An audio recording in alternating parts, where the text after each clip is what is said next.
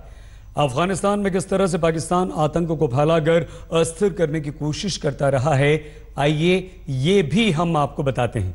अभी कुछ दिन पहले अमेरिकी खुफिया एजेंसियों के प्रमुखों ने अमेरिकी संसद को बताया कि पाकिस्तान ने अपनी जमीन से आतंकवादी गतिविधियों को रोकना बंद नहीं किया। इसमें अमेरिका के national intelligence director Dan quotes ने कहा कि जब तक पाकिस्तान में पाले जाने वाले आतंकवादी संगठनों पर कार्रवाई नहीं होती, तब तक अफगानिस्तान में स्थिरता नहीं आएगी। तालिबान पर पाकिस्तान का प्रभाव है और अफगानिस्तान के खिलाफ काम करने वाले आतंकवादी संगठन हक्कानी नेटवर्क पर भी कार्रवाई नहीं कर रहा है। पाकिस्तान तालिबान का इसलिए भी समर्थन करता है क्योंकि वो अफगानिस्तान में पश्तून प्रभाव वाला ऐसा राज चाहता है जो भारत के प्रति किसी तरह का झुकाव न रखे। अभी फरवरी में ही अफगानिस्तान में पाकिस्तान में पल रहे 85 आतंकवादियों और 35 आतंकवादी ट्रेनिंग कैंप्स की लिस्ट पाकिस्तान को सौंपी गई थी और इन पर एक्शन लेने को कहा था। अफगानिस्तान और पाकिस्तान में इस समय 30 से 60 हजार तालिबानी आतंकवादी, 15,000 हक्कानी नेटवर्क के आतंकवादी, 300 अलकायदा के आतंकी, 10,000 ISIS के आतंकी एक्टिव हैं। जब तक पाकिस्तान के इस डबल गेम को अमेरिका और दुनिया के दूसरे देश बर्दाश्त करते रहेंगे, तब तक अफगानिस्तान में आतंक का सफाया बिल्कुल नहीं होगा। तब तक काबुल जैसे ब्लास्ट होते रहेंगे और तब तक पाकिस्तान के फैलाए आतंक से ये पूरा इलाका पीड़ित रहेगा। पाकिस्तान से आतंक की सप्लाई अफगानिस्तान से लेकर ईरान तक हो रही है। भारत में तो पाकिस्तान वर्षों से आतंक की सप्लाई कर रहा है। पाकिस्तान के कब्जे वाले कश्मीर से हिजबुल मुजाहिदीन के 27 आतंकवादी ट्रेनिंग करके तैयार हैं, जिनकी ग्रुप फोटो खुफिया एजेंसियों के हाथ लगी। दुनिया भले ही आतंक की सप्लाई पर पाकिस्तान के डबल गेम को बर्दाश्त करती रहे, लेकिन भारत इसे बिल्कुल भी सहन नहीं करेगा। इन आतंकवादियों का भी वही हाल होगा जो बुरहान ब्रिगेड का भारत ने किया है। ये आतंकी बुरहान ब्रिगेड की वो ग्रुप फोटो है जिसमें 1 साल के अंदर एक ही बचा। एक ने सरेंडर कर दिया, बाकी सभी को भारतीय सेना ने इनके सही ठिकाने पर पहुंचा दिया। अब नई बुरहान ब्रिगेड का भी वही हाल होने वाला है। पाकिस्तान के कब्जे वाले कश्मीर से आतंकवादी ट्रेनिंग लेने के बाद जो ग्रुप फोटो खींची वो भारतीय सेना तक पहुंच चुकी है।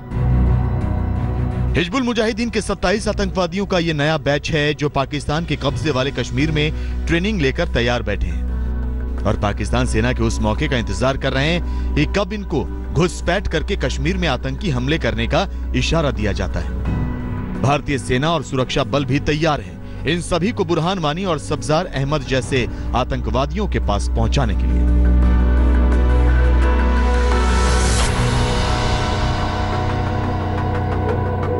सेना का पहले की जो इनकी लीडरशिप है, लीडरशिप को भरा जाए। ये सारे के सारे जो है लीडर्स को पहचान लिया है, उनकी फोटोज को रिलीज किया गया है, उनको टारगेट किया जाएगा, क्योंकि एक बार लीडरशिप खत्म हो जाने से बाकी जो लोग होते हैं उनमें खलबली बच जाती है, उनकी इफेक्टिवनेस, उनकी मोटिवेशन, उनका मोराल गिर जाता है और वो उतने बड़े पैमाने पर देश के खिलाफ कार्रवाई नहीं कर सकते। भारतीय सेना आतंकियों की घुसपैठ कराने वाली पाकिस्तान की पोस्ट और बंकर तक ध्वस्त कर रही है। लाइन ऑफ कंट्रोल पर पाकिस्तानी सेना की कायर हरकतें काम नहीं आ रही। पाकिस्तान बेचैन है, इसीलिए वो आतंक की सप्लाई के नए नए रास्ते खोज रहा है। बैट टीम के एसएसजी कमांडो के साथ आतंकवादी लाइन ऑफ कंट्रोल पर रेकी करने में जुटे हैं कि कहां से घुसपैठ करने का मौका मिल जाए। पासेस खुल चुके हैं, बर्फ पिघल चुकी है, पाकिस्तान के विंडो ऑफ अपॉर्चुनिटी है नवंबर तक और घुसपैठ बेटियों को भेजने के लिए। अभी फौज ने फैसला किया, जो बहुत बड़े पैमाने पर सर्च एंड कॉर्डन ऑपरेशंस हो रहे हैं, बारी बारी, कभी पुलवामा में, कभी सोपुर में, कभी शोपिया में, कभी कुलगाम में, कभी अनंतनाग में, और इनको और बढ़ाया जाएगा। खुफिया सूचनाओं के मुताबिक पाकिस्तानी सेना ने लाइन ऑफ कंट्रोल पर करीब 200 आतंकवादियों को घुसपैठ के लिए तैयार कर लिया है। घुसपैठ कराने के मकसद से वो आए दिन लाइन ऑफ कंट्रोल पर गोलाबारी करती है, लेकिन एलओसी पर अब भारतीय सेना पाकिस्तान को कोई मौका नहीं देगी। सूत्रों के मुताबिक पुंछ सेक्टर में भारत ने जवाबी फायरिंग में पाकिस्तानी सेना की मुजाहिद बटालियन से एक को ढेर कर दिया। हफ्ते भर के अंदर करीब 12 आतंकवादी और घुसपैठिए मार गिराए गए। मनजीत नेगी, दिल्ली, आज तक। स्वागत है एक बार फिर से आपका खबरदार में। हमारे देश में गाय एक शांत और दयालु पशु के रूप में पहचानी जाती है, लेकिन इन दिनों गाय देश की राजनीति में आग लगाने वाला हॉट टॉपिक बनकर ट्रेंड कर रही है। और शायद इसी का यह असर है कि आज राजस्थान हाईकोर्ट ने गायों के हक की आवाज उठाई। राजस्थान हाईकोर्ट ने कहा कि गाय को राष्ट्रीय पशु घोषित किया जाए। अभी बंगाल टाइगर को यह दर्जा मिला हुआ है।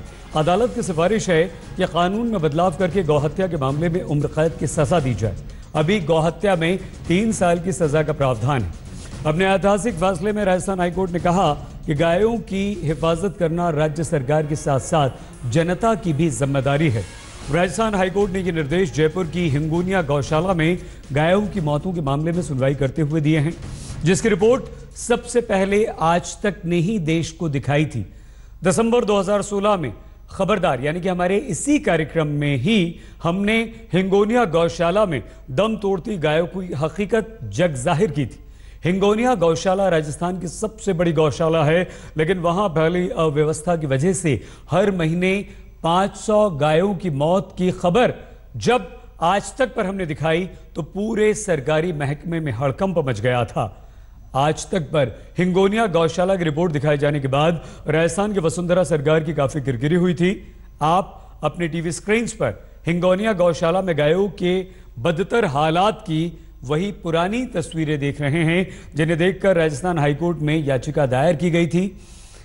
हमें इस बात का संतोष है कि हिंगोनिया गौशाला में मरती हुई गायों के हक में जो आवाज हमने उठाई थी उसका सकारात्मक असर हुआ है। तो अब बंगाल टाइगर से राष्ट्रीय पशु का ओहदा छीनकर गाय को देश का राष्ट्रीय पशु घोषित किया जाए या नहीं, यह तो केंद्र सरकार को तय करना है। लेकिन इन दिनों देश की राजनीति में जिस तरह से गाय पर घमासान छिड़ा हुआ है, उसने गाय को अघोषित तौर पर सियासी पशु तो बना ही दिया है। गाय पर होती राजनीति और भड़काऊ राजनीति की आग में घी डालने का काम किया है केंद्र सरकार के उस आदेश ने, जिसमें काटे जाने के लिए गौवंश की खरीद फरोख्त पर बैन लग गया है। इस बैन में गाय, बछड़े, बैल, सांड, भैंस के साथ साथ ऊंटों की खरीद फरोख्त भी शामिल है, जिसके बाद से ही देश की राजनीति में गाय के नाम पर मारकाट मची हुई है।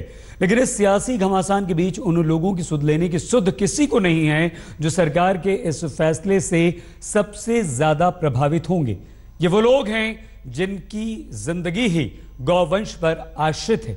गाय और गौवंश पर होती राजनीति के बीच आज तक उन लोगों तक पहुंचा है जिन्हें गौवंश की खरीद फरोख्त पर आए सरकारी आदेशों का सबसे ज्यादा खमियाजा भुगतना पड़ेगा।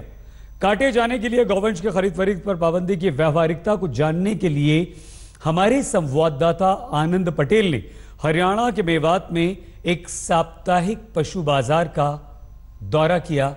आप भी देखिए।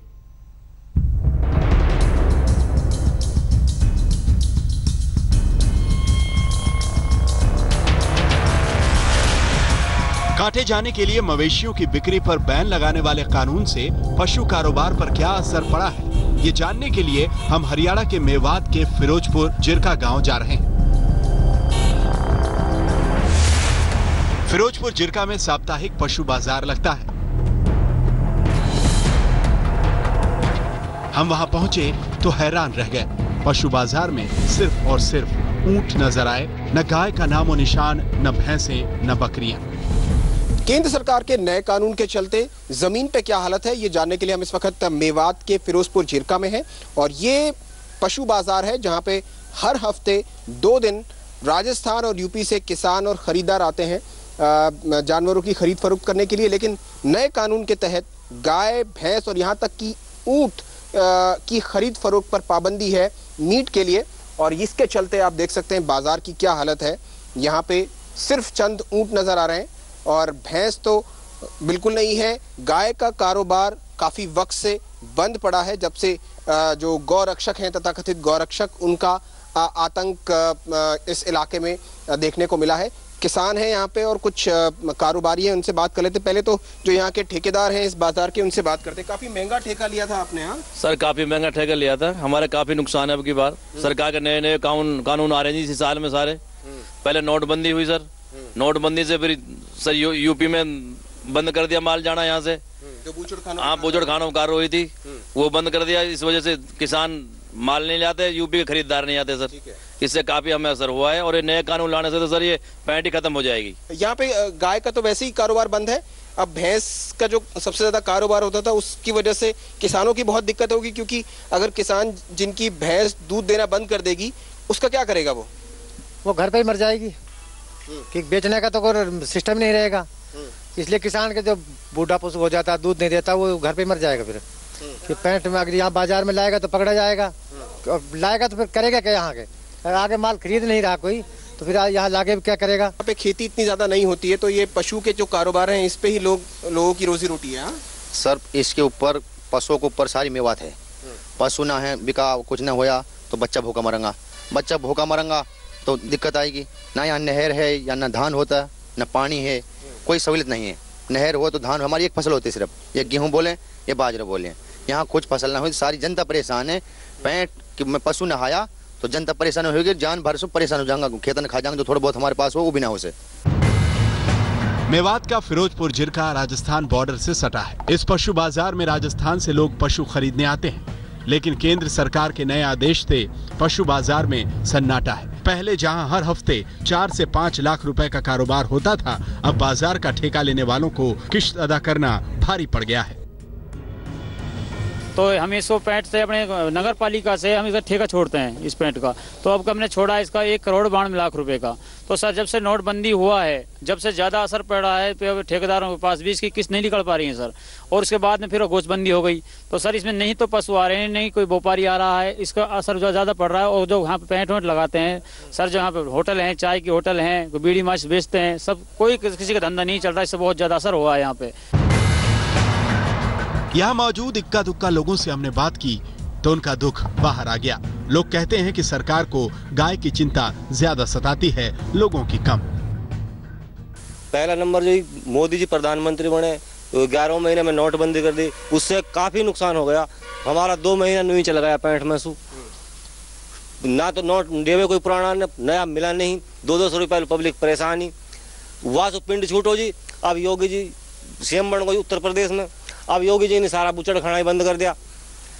तो अब जो आ रहा थोड़ा बहुत नीट से तो वहाँ से उभरा 2 महीना तो अब फिर मर गया। तो हमारा तो करोड़ों का नुकसान है जी हम इस साल।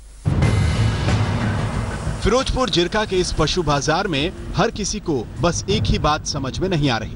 बूढ़ी और बेकार हो चुकी गाय भैंसों को कौन पालने के लिए खरीदेगा, और सरकार है कि उसको ये बात समझ नहीं आ रही। केंद्र सरकार के नए कानून से पशु कारोबार पर दोहरी मार पड़ रही है। गौरक्षकों के डर से पहले ही गाय पालना दूभर हो चला है, और अब नए कानून की वजह से बूढ़ी और बेकार भैंसों को बेचना और खरीदना भी मुश्किल हो गया है। सरकार को प्रतिबंध के साथ साथ विकल्प भी सुझाने चाहिए थे। मेवात से कैमरा पर्सन प्रदीप गुप्ता के साथ आनंद पटेल, आज तक। चलिए, माना कि भारत में गाय आस्था का विषय है, इसलिए उसे कत्ल के लिए बेचे जाने पर केंद्र सरकार पाबंदी लगाना चाहती है। लेकिन बैन वाले इस लिस्ट में भैंसों का नाम शामिल करके केंद्र सरकार ने अपने ही लिए मुसीबत मोल ले ली है। डेयरी उद्योग से जुड़े लोग ये कह रहे हैं कि जब देश में भैंस से किसी की भी भावनाएं नहीं जुड़ी हुई हैं तो फिर भैंसों को काटे जाने के लिए बेचने पर बैन क्यों लगाया गया। इस बात को तर्क की कसौटी पर जांचने के लिए आज तक की टीम मेरठ के सरधना में एक डेयरी फार्म पहुंची और वहां डेयरी किसानों से बात करके ये जानने की कोशिश की कि भैंसों की बिक्री पर बैन का डेयरी उद्योग पर कैसा और क्या असर पड़ रहा है।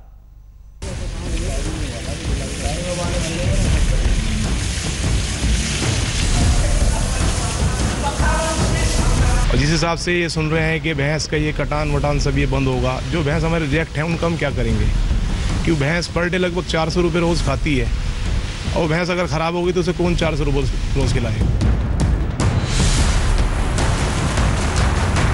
गवर्नमेंट ने जो ये कानून ला रही है, मुझे तो ऐसा लगता है कि इस व्यवसाय को ख़त्म करने वाला कानून ये होगा, साबित होगा। केंद्र सरकार फरमान सुना चुकी है कि मवेशियों को काटने के लिए खरीदने बेचने का धंधा अब गैर कानूनी होगा, जिसमें भैंसे भी शामिल हैं। सरकार का यह फैसला व्यवहारिकता की जमीन पर कहां ठहरता है, ये जानने के लिए हमने कुछ डेयरी किसानों के दिलों को टटोला। तो हम अभी सरधना में हैं और हमारे साथ 2 डेयरी फार्मर्स हैं और जो हमें बताएंगे कि अगर भैंसों को ये जो नया रूल लागू हुआ है उसके दायरे से बाहर नहीं किया गया तो आप पे क्या बीतेगी, इस पूरे कारोबार जो डेयरी फार्मिंग का कारोबार है इस पे क्या बीतेगी।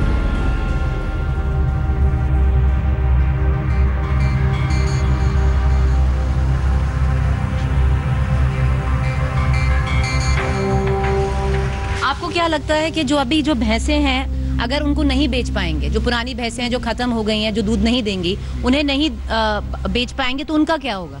बस वो फिर छोड़नी पड़ेंगी, कौन खिलाएगा। रोड पे छोड़ेंगे, रोड पे फिरेंगी खाली खुलती, वरना कुछ ना कुछ इंतजाम करा जाए इनका। अब काम इस तरीके से तो काम ही नहीं कर सकते हम। इदरीस एक डेयरी किसान है। इनके फार्म में 700 भैंसें हैं, जिनमें से 150 भैंसें हर साल दूध देने के अयोग्य हो जाती हैं। इदरीस कहते हैं कि सरकार के फैसले से तो उनका धंधा ही बैठ जाएगा। लगभग मेरे पे 700 भैंस के करीब हैं यहाँ। 700 भैंसों में लगभग 150 भैंस के करीब खराब हो जाती हैं साल में, जो हमें सलाटर भेजनी पड़ेंगी। अगर नहीं भेजेंगे तो काम बिल्कुल ही चल नहीं पाएगा। एक भैंस लाख के करीब होती है जो खराब हो जाती है, लगभग 40,000 के करीब हो जाती है। 60,000 उसमें घटते हैं। अगर वे 40 भी हाथ नहीं लेंगे तो फिर क्या, किस तरह से काम करेंगे। इदरीस की बातों पर गौर कीजिए। वो कह रहे हैं कि जो भैंसें दूध नहीं देंगी उन्हें कोई क्यों खरीदेगा, काटने के लिए ही ना। और सरकार चाहती है कि भैंस दूध दे या ना दे, काटने के लिए बेची ना जाए। आखिर ये क्या बात हुई? 300 के करीब आदमी है, सब बेरोजगार होंगे, क्या करेंगे, खाली रहेंगे। मैं तो बेकार होऊंगा ही, साथ साथ उनका भी रोजगार खत्म हो जाएगा। आप अभी क्या करेंगे अगर भैंस को आप नहीं बेच पाएंगे तो क्या होगा उन भैंसों का जो यहाँ पर हैं, जो दूध देना बंद कर रही हैं, उनका क्या होगा? बस उन्हें तो हम रख ही नहीं पाएंगे, फिर तो खुली फिरेंगी। वो क्या होगा, वो इन्हें छोड़नी पड़ेगी। किसके बस की रखा है 300 350 रुपए इन्हें पर डे खिलाया जाए। सरधना में इस डेयरी फार्म में 700 भैंसें हैं, लेकिन एक भी गाय नहीं है। इस डेयरी फार्म के मालिक इदरीस से हमने इसकी वजह पूछी। गाय रखना क्यों बंद कर दिया? गाय रखना इसलिए बंद कर दिया, अगर दुधारू गाय भी लेके हम आ रहे हैं गाड़ी में तो लोग पकड़ लेते हैं। लोगों ने लूटने का सिस्टम बना लिया है। उसे कहते हैं कि कटवाने लेके जा रहे हो, लेकिन ऐसा कुछ नहीं है। अब दूध की गाय को भी अगर वो बोले कटवाने लेके जा रहे तो इसीलिए हमने उसे रखना ही छोड़ दिया। इदरीस और हाजी याकूब की बातों में दम तो है, शायद ये बातें सरकार को पहले समझ में नहीं आई। इदरीस कहते हैं कि अभी भी देर नहीं हुई है, सरकार को अपने फरमान में फेरबदल कर लेना चाहिए। क्या चाहते हैं आप गवर्नमेंट से? बस ये जो रिजेक्ट भैंस है उन्हें उस पर पाबंदी न लगाई जाए, कम भैंसों को तो इस दायरे में ना रखा जाए, वरना हमने पहले गाय पालनी बंद कर दी थी इसी मसले में। अब हम गाय भी भैंस भी नहीं पाल सकते। सरकार को भी शायद अपनी गलती समझ में आ गई। कहा जा रहा है कि सरकार काटने के लिए बेचने पर पाबंदी वाले मवेशियों की लिस्ट से भैंसों को बाहर करने का नया आदेश जारी कर सकती है। सरधना से प्रीति चौधरी के साथ आज तक ब्यूरो। इस बीच सूत्रों के हवाले से एक बड़ी खबर आ रही है कि सरकार पशु क्रूरता पर पर्यावरण मंत्रालय के उस नोटिफिकेशन से नाराज है जिससे पिछले कई दिनों से बड़ा राजनीतिक हंगामा चल रहा है।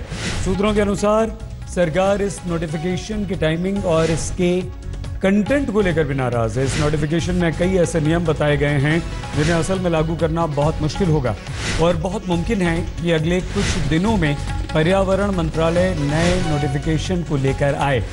तो ये बड़ी खबर इस वक्त आ रही है।